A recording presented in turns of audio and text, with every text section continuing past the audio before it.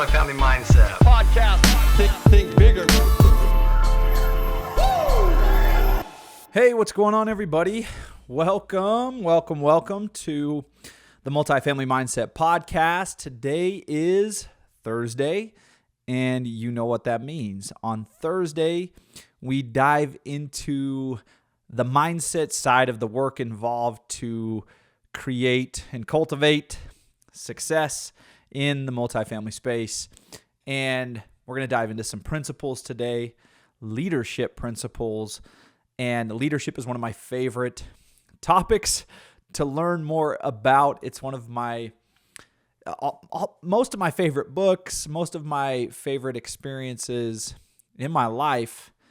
The most impactful situations I have ever found myself in have been on the receiving end of impactful leadership, or books on leadership, or seminars on leadership, or experiences that put leaders in front of me, showing me the way. It's something that I've literally been intrigued about for a very long time. And I don't know if it came from my childhood and my upbringing of my dad really just driving home a very important point, which was, Dallas, you are not a follower, you are a leader. I remember my dad telling me this from a very, very young age. And most of the times it revolved around circumstances or situations where I found myself getting into some trouble with some people that I probably shouldn't have been doing certain things with.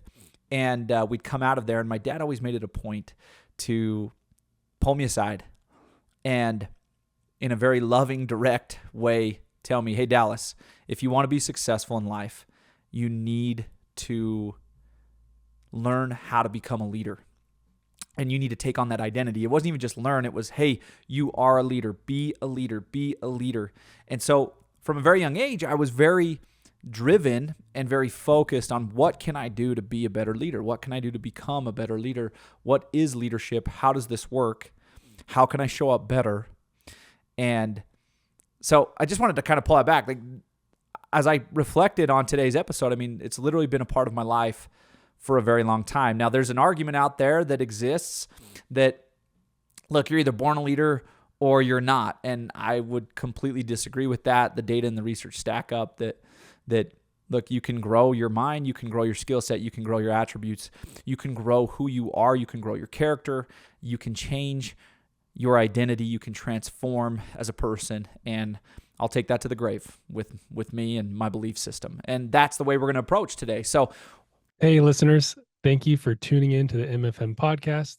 We truly appreciate your support and hope you're enjoying the insights from our incredible guests. We have one small favor to ask. Please leave us a review and rating. Your feedback means the world to us. And to show you our appreciation, we're giving away some great prizes to some lucky listeners who leave us a review. So scroll down, share your thoughts, and help us continue to bring valuable content. Thanks, and back to the show.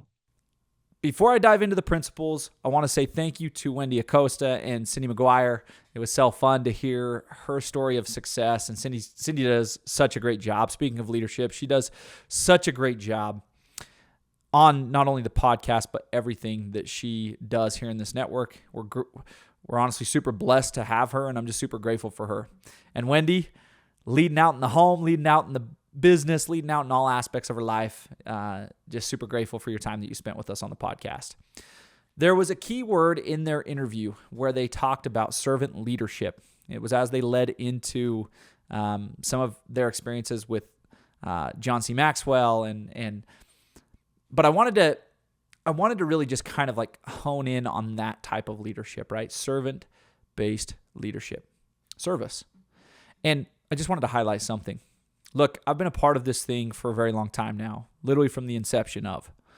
And there's something that really helped this wonderful place grow, this community grow exponentially, especially in the early stages when things were extremely chaotic and hard and new and transformation was happening. And that was servant-based leadership. It was showing up and doing the right thing at the right time because it was the right thing to do. And a lot of outward focus on others and not a lot of inward focus on self in a selfish way, right? And I just want to invite everybody who's a part of this network, everybody who's a part of MFM at any capacity, to remind yourself that that is where impact is made, is through servant-based leadership. And I'm going to go through some principles today that will help all of us do that a little bit better and help us to lean back in and lock in on the things that actually produce great results, that produce great impact on the lives of others, and produce great work and produce great achievements. But it's not about the achievements, and I'll explain what I mean by that. But there are some names that come to mind when I think of leadership. Dan Fry's of the world, Sean Dixon's, and I would even throw my own wife's name, Haley Pruitt, into that mix for sure, 1,000%. The reason I bring this up is because these are all people that come to the forefront of my mind when I think of leadership, but many of these people you don't even know. These are not household names because that's not what great leaders are concerned about. Leadership. There are a set of principles and things that I have learned throughout the course of my experiences as a human and as somebody who strives to be a better leader in his home, in his life, in his business every day that I would like to share with you guys. These are things that I've learned through my experiences on a personal level and in working with others, experiences that I have gathered through tackling fatherhood, being a good husband, leading this family that I have, starting my own business, working through those difficulties, the adversity and challenges that come with that, and a lot of different other areas of my life. So in no particular order, I want to go through a few of these. The first is contribution and the achievements of the collective over self, or rather, to condense that, contribution over achievement. This is the type of mentality that all the amazing leaders I've ever worked with, the most impactful, this has been their mentality. And that's a difficult task. That's a difficult task to do this day and age when we glorify and magnify all these amazing achievements, right? And it seems like the world is really striving to be that person. A lot of people are striving to be that person. And look, in a lot of ways, those are shiny objects that distract us from the real work necessary to produce great businesses, to produce great value, and that is service and love and focusing on others, building things for other people, serving people and their problems that they face, helping them come up with the solutions and apply those solutions in their lives. The Dan Frys, the Sean Dixons, my wife, these people, that's what they're great at, is they're great contributors. Great contributors, selfless contributors. And to me, that is what great leadership is. The leadership circle, here's the next. The leadership circle, right? The circle of influence, it really is something that starts very small. They talked about this in their interview this past week. It starts with you and then it works out from there. I think a lot of the times those who strive to be great leaders look outwardly to the big and we skip over the most important and actually most impactful area, which is the small. It's yourself. It's in your home. It's in your community. It's working hard there, leaning hard there, doing great work there, serving, loving, great there, and then from there things grow. And that's something that I think great leaders never lose sight of. Leaders put first things first. Leaders prioritize. They don't get distracted or skip steps. They focus on the most important tasks at hand right now, today, this week. That's how they're able to move the needle. Leaders work with the end in mind. They keep long-term perspective and they don't let little things stifle them or distract them or divert them from the end game. Leaders choose to do the hard thing in the hard moments. They choose the hard right, especially when it's not convenient. They're willing to be uncomfortable in that spot. They're willing to live by their values, to make decisions by their values. And if you want to know if somebody's a leader or if they're not a leader, just look at how they operate day to day. Spend less time hearing what they're saying and more time watching what they're doing. And then again, be a mirror of that same principle in your own life. Be less concerned about talking your way through the build. Be less concerned about pitching your way through the build, and be more concerned and more focused on acting your way through the build, showing up a certain way every day, and challenge yourself to use the least amount of words as possible sometimes. It's a true, this type of leadership really is a true art. And it's something, again, that can be cultivated. It's a skill set that can be developed. You have to be conscious of what it is you're doing and how you're showing up. Leaders, again, we talked about it already, focus on contribution. They're not worried about getting credit for the work that's being accomplished. In fact, they're very quick to give that credit to everyone else, to God, and recognize His hand, recognize everybody else's hands in that work. Leaders are honest. They take ownership of the outcomes in their lives. They take ownership of the outcomes in their businesses. They take ownership of the outcomes in their communities.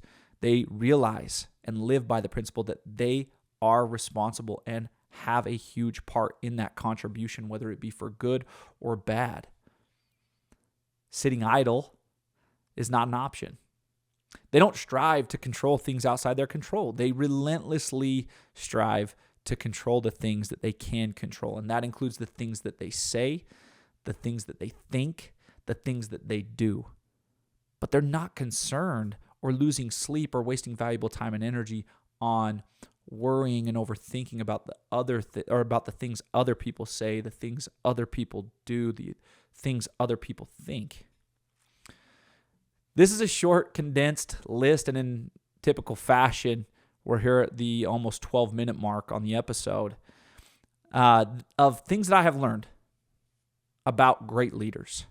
And I hope that you can take this list, you can consciously look and reflect on your own life and the way you're showing up in the business, the way you're showing up in your home, the way you're showing up every day, and go through a self-assessment and say, am I doing these things? Am I focused on the right things? Do I like how I'm showing up? How I'm showing up, does it stack up to this list? Or are there some changes and adjustments that I need to make? Through my experiences, my friends, great leadership is an outward offering because of an inward fire. And the fuel for that inward fire is love of other people. Love for other people. The love you have for seeing them succeed. That is what I have learned. If I could condense it down to a definition, the Dallas Pruitt definition, it would be great leadership is an outward offering because of an inward fire. And that inward fire is fueled by love. It's so much easier to lead, to choose the hard right in the hard moments, to put first things first, to not worrying about getting credit when your contribution is rooted, when your daily contribution is rooted in love and service for others. And to close things out, I wanted to do two things. One, I want to close out with a quote by John C. Maxwell because it's who Wendy and Cyndi referenced quite often in their interview, and I loved it. That quote is this: "The measure of a leader is not the number of people who serve him or her, but the number of people he or she serves." And then I'd also like to share with you this. There's a couple resources that I would highly suggest or recommend, advise you to add to your library, download in your Audible account, whatever it is. These are three of the greatest resources that I have ever accessed in terms of books on leadership. And they are 7 Habits of Highly Effective People by Stephen Covey, Leaders Eat Last by Simon Sinek, and then Extreme Ownership by Jocko Willink. My friends, I hope you found great value in today's episode. I invite you to take what resonated with you, these ahas that you had, and I invite you to go take immediate action on these things so that you can become a better leader in your own life and show up better, not only for yourself, but for others. Have a great day, and we'll see you guys back here on the podcast again next week. Multifamily Mindset Podcast. Think bigger.